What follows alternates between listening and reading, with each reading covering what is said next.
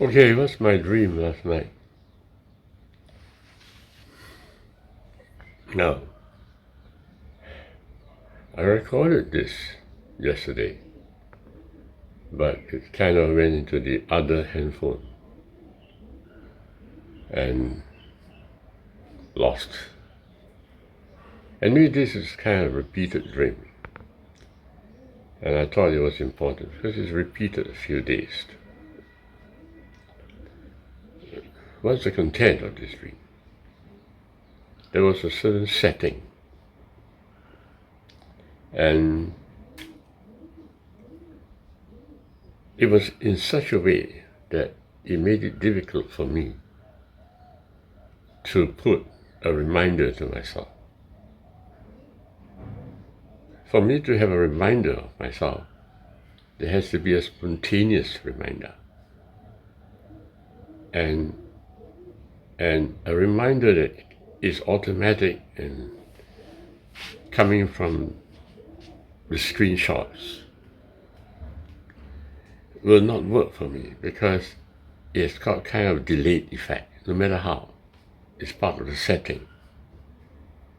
And because of the delayed effect, any form of reminders is not exactly worthwhile because there is a delay. So how do I understand this dream? I realize that what it means is that using our mind to remind us is of not much value because the mind is always delayed.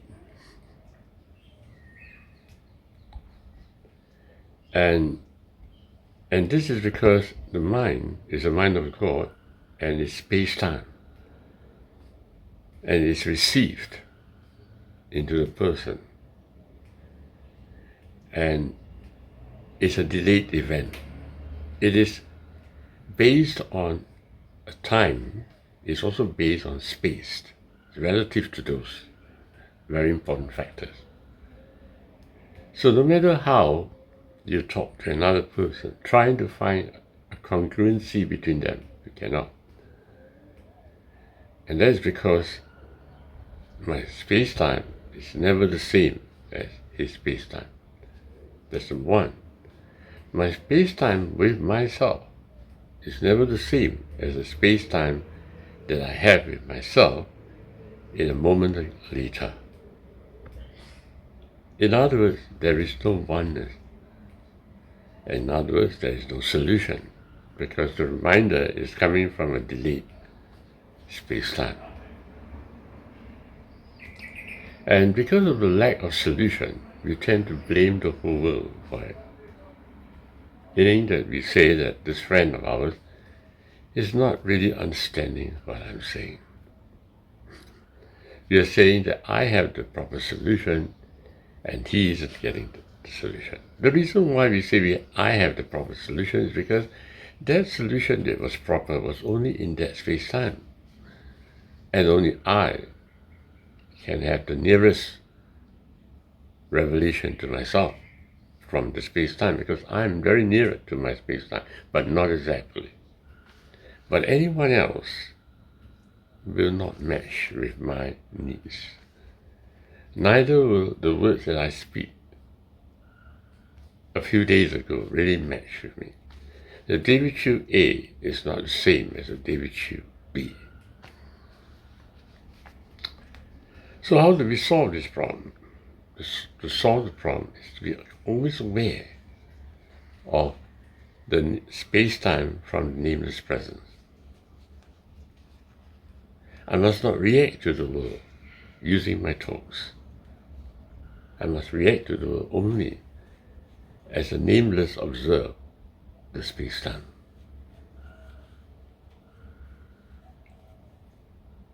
And this lack of congruency is not the result of a mistake or weakness in the system. It is actually part of the setting. The setting is delayed And it's obvious, because no matter what I'm seeing in the world right now, it's all delayed. So every knowledge that I'm having is delayed. The knowledge that I'm having is obviously a space-time knowledge, because me is unispace. Uni is just the knowledge of me. There's no knowledge whatsoever when it comes to a me. But whatever that's coming as a form of a knowledge that I want to be proud of, that occupies a space, that has a weight, that has a time, it all comes to me in a delayed form, and it is because of the setting. And it's obvious, right? Because it takes time for light to goes out and come back. So how? How do we sort out this problem? The whole world is blaming each other for the errors of miscommunication. And it's not just that. We all feel that the other party is in error too. It's about identity deviation as well. And that is very true, because the identity that is talking to me is forever deviating from the nameless. It's a sub-identity. Only me is the true identity. Whatever that I'm speaking in terms of thoughts, as I define it, is a sub-identity. It cannot match to the nameless. So we always feel we're the greatest. That's the funny thing about the whole thing. So in order to contravene this, in order to overcome this battle, so to speak, I have to commune with the other only in the nameless. In others, I must remove my thoughts altogether. And at that very moment of communication, allow the nameless of the other party, the I to me. That's where it means I am that I am. Modern day technology cannot achieve that. You can have a Zoom, you can have a WhatsApp, but you're always getting the wrong message to each other. Beware of that. So that you judge a person because of this wrong message, you're judging yourself with an error too. But you know you have not made an error. But because you judge the other person, it amounts to an error, because you're judging a space-time of yourself, not you at all. Gosh, this is a tremendous problem of existence, isn't that right? So a person says that he is alive. That feeling of that life that he says he is, he cannot possibly define it, because any attempt to define it is substandard. In the same way that you define God is substandard. Even to define what life is substandard. It's a form of idol worship. Why? Because it is I. The I is the very place of me. It cannot be defined. It just can only be felt, so to speak. So the person says that I have already got life, which is true. And you already got your identity. That's very true. But the problem is that you judge other people with a false identity created by the mind. You judge other people because the thoughts deviated, and you thought that I alone have the best thoughts. So this judgment is what really creates the problem, right? You must remove that thoughts altogether, so that between two persons it's just I to I. That's right. And nameless. And that's where life is found. So, A person says, I'm aware of myself. That's true, which is good. God's name is I am that I am. It's not a singular I. In other words, the communication with the other nameless is very important. That's what makes the true life. A singular I is not complete. It has to be I and I. When Joshua was about to take over the promised land, what did God say? He said, Moses has died. So now you go. There are two persons involved. One is the dead Moses, and the other one is the living Joshua. Both of them are required to bring about the conquest of the promised land.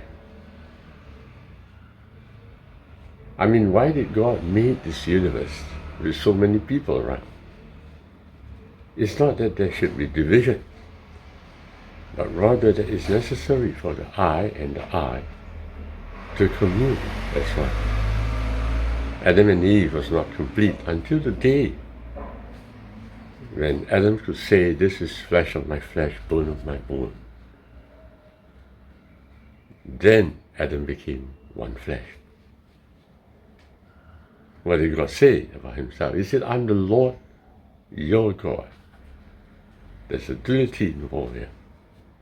The other party is kind of God, and I am Lord. We need to communicate with the nameless of the other party. And that's how it completes the process.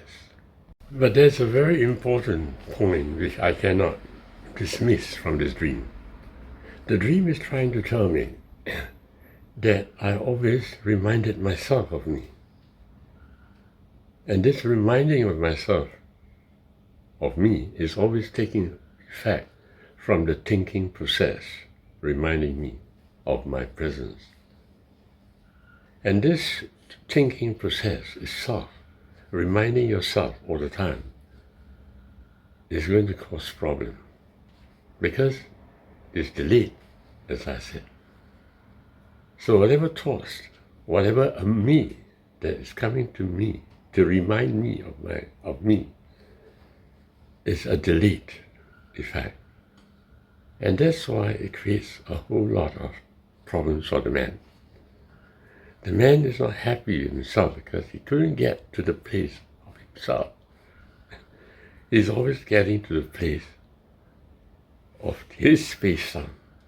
And interestingly, he wants that reminder to back to himself.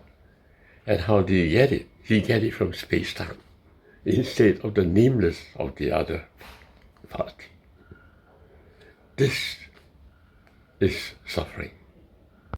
That's why God said, the man is alone. I didn't realize that meaning until today. The man is forever reminding himself of himself. He doesn't want to be alone. And the other part of us, called the Eve, is actually intended to be done for that purpose, to cover our loneliness. But the other part of me must be flesh of my flesh, bones of my bone. It must be the nameless as well, so that it becomes a true companion of me. An animal cannot accompany me. An animal is just a mere thought. I need to find my true nameless to accompany me.